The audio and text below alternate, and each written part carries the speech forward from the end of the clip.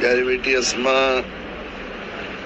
عزیز بیٹے احمد، مسنا، اسجد، ہمارے محبت کرنے والے گھر والے اور بہنوں، قربان ہونے والے بہن بھائیوں اور جان چھڑکنے والے تمام بھانجے بھتیجے عزیزوں اقربا، تمام بچے بھتیجے سب عزیز بچیوں اور بچوں اور میرے دوستوں، ساتھیوں، رفقات، دائیوں،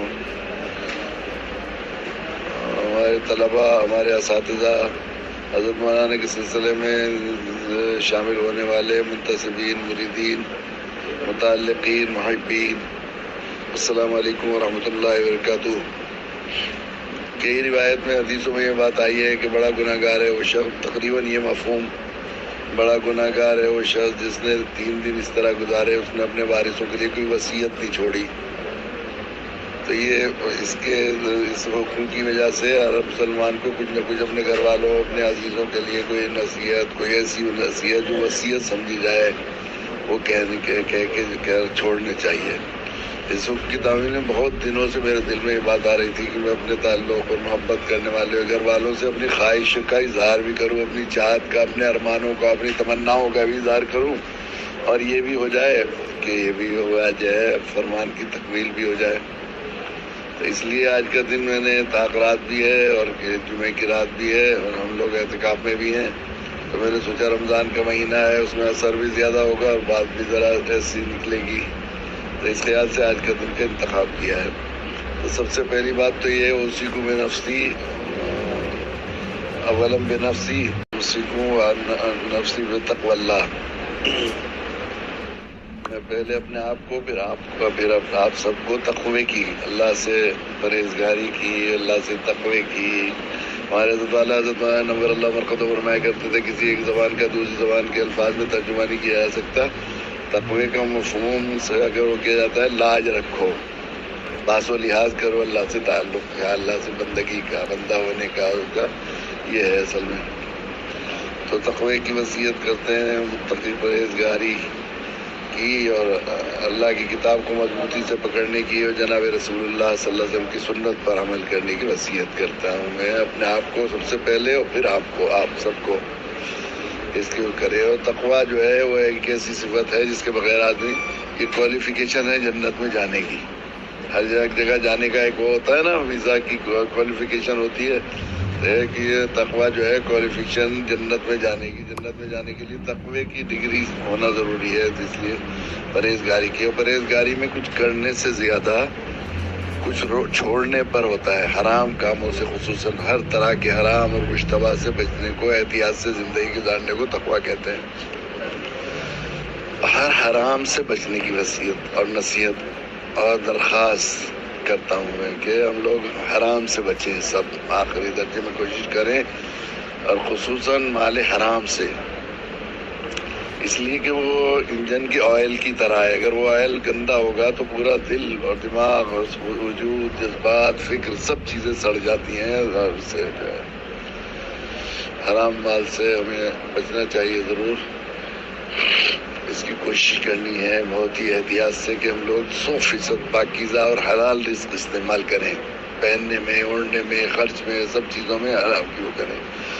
اور جب آدمی کوشش کرتا ہے، تھوڑی سی ہمت کر لے کہ مجھے ہر طرح کے مشتبہ سے اس سے بچنا ہے، تو اللہ تعالیٰ حلال سے ہی دروازے کھول دیتے ہیں۔ ویسے بھی مسلمان کے لیے، جس نے جو ہے ایمان والے کے لیے جن 7 چیزوں پر ایمان لانا ضروری ہے، اس میں ایک تقدیر پر ایمان ہے، ایک آخرت پر ایمان ہے۔ ان دونوں چیزوں کے ایمان کے ساتھ آدمی اگر حرام مال استعمال کرے اور حرام رزق کھائے اور حرام کپڑا پہنے، تو اس سے زیادہ کم عقلی کا اور اپنے ذات کے ساتھ دشمنی کا اور کوئی وہ نہیں ہو سکتا، کوئی ثبوت نہیں ہو سکتا۔ اس لیے کہ تقدیر پر ایمان رکھنے والے کو یہ سمجھنا چاہیے، حدیث میں آیا ہے کہ ماں کے پیٹ میں ہوتا ہے بچہ، اس کا رزق، اس کی عمر، اس کی موت کا بہانہ لکھ دیا جاتا ہے، اور رزق پیدا اور شریعت کی اصطلاح میں پیدا ہونے سے لے کر موت تک کام آنے والی ہر چیز کو رزق کہتے ہیں۔ تو آدمی کو کتنے ہوا کھائے گا، کتنی دوا کھائے گا، کتنے کپڑے پہنے گا، جو ہے کتنے بینک بیلنس ہوگا، کتنی پراپرٹی کا مالک ہوگا، وہ لکھ دیا گیا ہے. کتنے لوگ، بعض علماء نے تو لکھا ہے کہ عزت بھی اسی دنیا کی ہے موت سے پہلے کی، تو وہ بھی کتنے لوگ سر کہیں گے، کتنے لوگ صاحب کہیں گے، کتنے لوگ جناب کہیں گے، کتنے لوگ حضرت کہیں گے، یہ بھی لکھا ہوا ہے.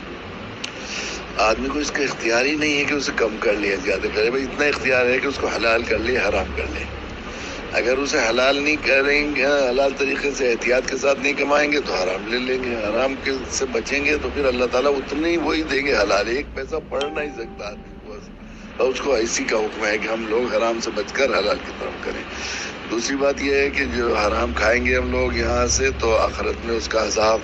حدیث میں ایک دانش جس نے مال حرام کی کھائی ہوگی 700 مقبول نمازیں دینی پڑیں گی. یہ مال حرام سے پلا ہوا جس جنت میں نہیں جائے گا. اتنی سخت وعیدیں ہیں.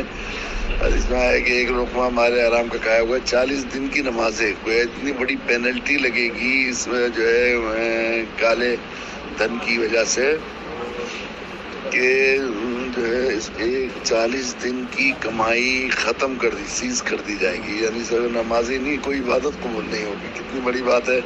اس لیے ہمیں بہت ہی احتیاط کرنے کی چاہت ہے کہ مجھ سے ہم لوگوں کو جاننے والا، میرا دل چاہتا ہے، میں بہت دعا کرتا ہوں اور بالکل اندر سے حسرت ہے کہ صرف ہمارے بچے، ہمارے گھر والے، عزیز و اقربا، دوست احباب اور منتسبین نہیں، بلکہ ہم جہاں تک ہم لوگوں کی پہنچ ہو اور ہمیں جاننے والا یا ہم کسی کو جاننے والے ہیں، وہ سب حرام سے بچ کر اس ہلاکت خیز بلا سے بچ جائیں اور دنیا اور آخرت کی تباہی جو اس سے آتی ہے اس سے بچنے کی کوشش کریں.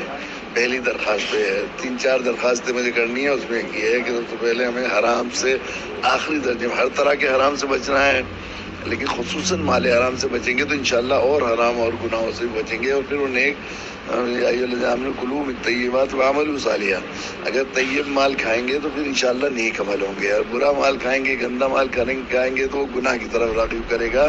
تو انشاءاللہ گناہوں سے بچنے کے لیے یہ جو ہے اکسیر ہے، نسخہ اکسیر، کہ ہم لوگ حلال اور طیب کی کوشش کریں. اور آخری درجے مشتبہ جس میں شک بھی ہو، اس سے بچنے کی کوشش کریں گے، تب ہم حرام سے بچ سکیں گے آج کے زمانے میں. اور جب بچنا چاہتا ہے اللہ تعالیٰ حلال کے دروازے کھول دیتے ہیں. ذرا ہمت 1-2 دفعہ کریں، جب کہیں ہو رہا ہو تو انشاءاللہ پھر خود اللہ تعالیٰ اس میں آئندہ کے لیے تجربہ ہو جائے گا، تو خود جو ہے وہ طبیعت چلنے لگے گی. دوسری جو بات مجھے کہنی ہے وہ یہ ہے کہ نماز اس طرح سے سب سے پہلے انسان سے اول ما یحاسب به العبد من عمله الصلاۃ. اللہ کے نبی صلی اللہ علیہ وسلم نے فرمایا کہ مجھے جو ہے وہ میرے آنکھوں کی ٹھنڈک نماز ہے، پیارے نبی صلی اللہ علیہ وسلم کی. تو ہم لوگ بھی نماز کو آنکھوں کی ٹھنڈک بنانے کی کوشش کریں. مرد اسے بالکل ضمناً نہ پڑھیں، بجال جانا ایسا نہیں، بلکہ اسے ایک اہم ترین چیز سمجھ کر اللہ کے دربار میں حاضری، اللہ سے ملاقات، اللہ سے مناجات کرنے کا موقع مل رہا ہے. حاکم الحاکمین کسی چھوٹے سے منسٹر کا اپائنٹمنٹ مل جائے کتنا خوش ہوتے ہیں، کسی افسر سے مل جائے ملاقات کا کتنا خوش ہوتے ہیں. اللہ تعالیٰ 5 بار بلاتے ہیں اور بالکل کھلے عام بات کرنے کا موقع ہے خوب.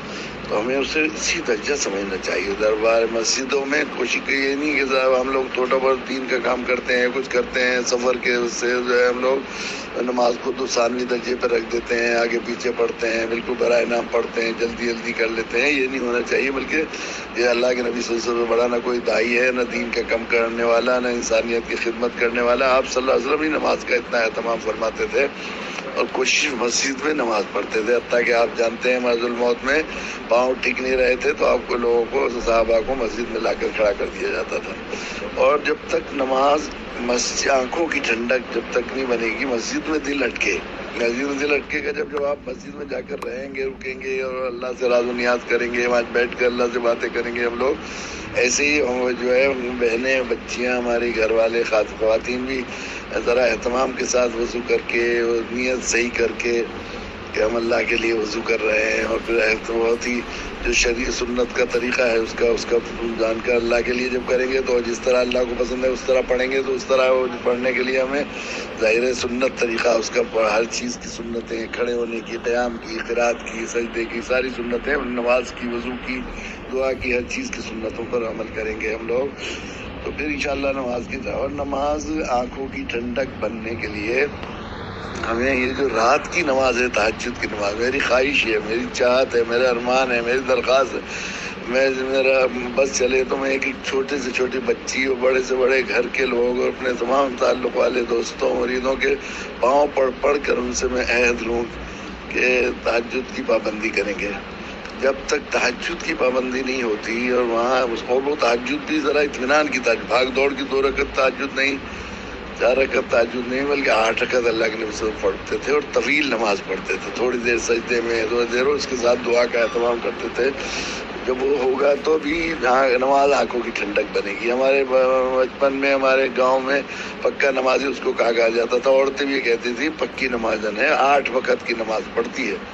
8 وقت یعنی اوابین وہ جو ہے اشراق اور تہجد پڑھ کر 8 وقت اس طرح کہتے تھے، وہ 8 وقت کی نمازن ہے. تو ہم لوگ جو ہے اس کو کریں. ویسے بھی آج کے زمانے میں میرے عزیزوں، دوستوں، بھائیوں، بہنوں، بچوں، اس زمانے میں خود ہماری جسمانی اور صحت کی ضرورت، دماغی اور فکری ضرورت کی بن گئی ہے تہجد. ہر وقت ڈپریشن، ہر وقت فرسٹریشن، مسلسل ٹینشن، روز روز نئے نئے مسائل آتے ہیں. دنیا کی عالمی حالات بھی اگر ہم فکر ہیں تو مسلمانوں کے حالات جو ہو رہے ہیں پورے عالم میں، جو صورتحال ہے اس کی وجہ سے، پھر ہمارے خاندانی گھروں کے حالات، بچوں کے حالات، والدین کے حالات، روز نئے نئے مسائل. ان مسائل میں اللہ سے اپنی فریاد کر لیتا ہے آدمی تو دل ہلکا ہو جاتا ہے، ریلیکس ہو جاتا ہے وہ. تو اس وقت جو ہے اس فرسٹریشن اور ڈپریشن کے علاج کے طور پر بھی اس وقت تہجد کی ضرورت پہلے کے مقابلے میں، اللہ کے نبی صلی اللہ علیہ وسلم کے زمانے میں اتنا ہوتا تھا، اس کے مقابلے میں اب بہت زیادہ ہو گئی ہے. حضرت قائد صدیق صاحب نے ہم لوگوں کو دین کا کام کرنا ہے، دعوت کا کام کرنا ہے. تو قائد صدیق صاحب نور اللہ مرقدہ جو بہت بڑی شخصیت تھے، بہت ہی، جن کے بارے میں شیخ الحدیث صاحب رحمۃ اللہ فرمایا کرتے تھے کہ وہ صحابہ کے کارواں کا بچھڑا ہوا مسافر ہے، جسے ہمارے زمانے میں بھیج دیا گیا ہے تاکہ لوگ یقین کر لیں کہ صحابہ کیسے تھے.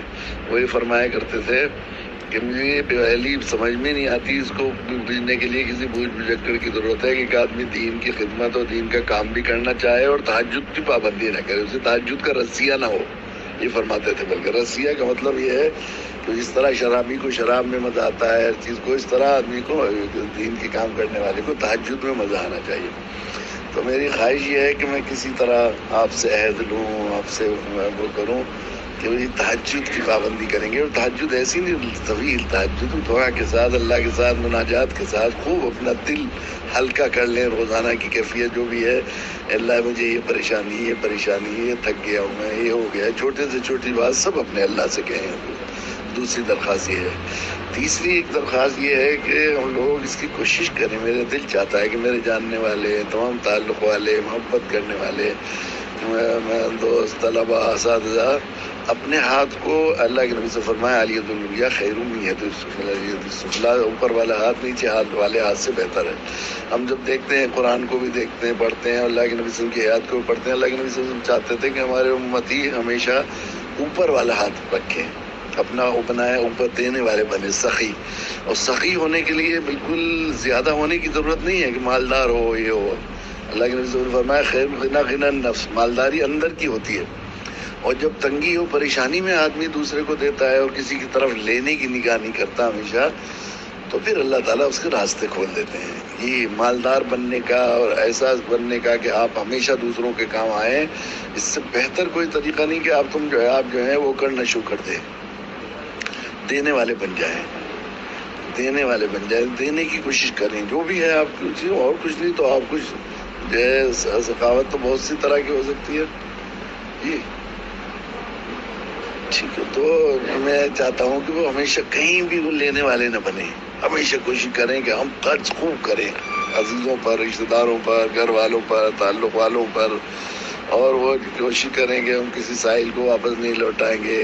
اور دینے کی عادت ڈالیں. اپنے بچوں کو بچپن سے ہی وہ کریں، خوب ان سے پیسے خرچ کروائیں، خوب دیں، دین کے کاموں میں، خیر کے کاموں میں خرچ کریں. اور دوسرے عزیزوں، قرابت داروں کو ان کے خوب خرچ کریں، کھانا خوب کھلائیں، دوسروں کو جو ہے کچھ چیز ہدیہ بھیجیں، جو بھی خرچ کرنے کے طریقے ہوتے ہیں. جو چیز یہ قاعدہ ہے، جس چیز کو آپ اپنے یہاں جمع کرنا چاہتے ہیں اسے بانٹنا شروع کر دیجیے. اس میں آپ کے پاس خزانہ جمع ہونا چاہیے گا. آپ چاہتے ہیں کہ میری سب لوگ عزت کریں تو آپ سب کو عزت بانٹنا شروع کریں تو آپ کے پاس عزت جمع ہو جائے گی. آپ چاہتے ہیں محبت آپ کی سب سے محبت ملے، بے انتہا محبت ملے تو آپ سب کو محبت بانٹنا شروع کریں. آپ چاہتے ہیں کہ بہت مال میرے پاس آ جائے، خوب مال تقسیم کریں، خوب دینا شروع کریں، پھر اللہ سے تجارت کریں خوب. تو میرا دل چاہتا ہے کہ ہمارے سخاوت، میرے تعلق، میرے جاننے والے، میرے دوست، میرے احباب، میرے عزیزوں کی پہچان بن جائے کہ یہ لوگ سخی ہیں. ویسے بھی اللہ کے نبی صلی اللہ علیہ وسلم کا ارشاد ہے مشہور کہ سخی اللہ کے قریب ہے، جنت کے لوگوں کے قریب ہے، جنت کے قریب ہے، اور شاید بعض ملائکہ فرشتوں کے قریب ہے، اگرچہ وہ فاسق ہو، گناہ گار ہو. اور بخیل اللہ سے دور ہے، لوگوں سے دور ہے، جنت سے دور ہے، اگرچہ وہ تہجد گزار ہو. یہ آدمی کچھ اس طرح کے مفہوم کی حدیث ہے. تو ہمیں اپنے آپ کو سخی بنانا ہے، ٹھیک ہے. اور چوتھی بات ایک یہ ہے کہ تمام مسائل کا حل اللہ تعالیٰ نے، چونکہ اللہ کے نبی صلی اللہ علیہ وسلم کے 100% اسوہ حسنہ پر عمل کرنے میں جو ہے وہ دونوں جہان کی عافیت، سب سے ہر زندگی کے ہر مسئلے کو حل کرنے کا سب سے آسان، اصل اور سب سے حاوت محتاط طریقہ ہے نبی اکرم صلی اللہ علیہ وسلم کی اتباع.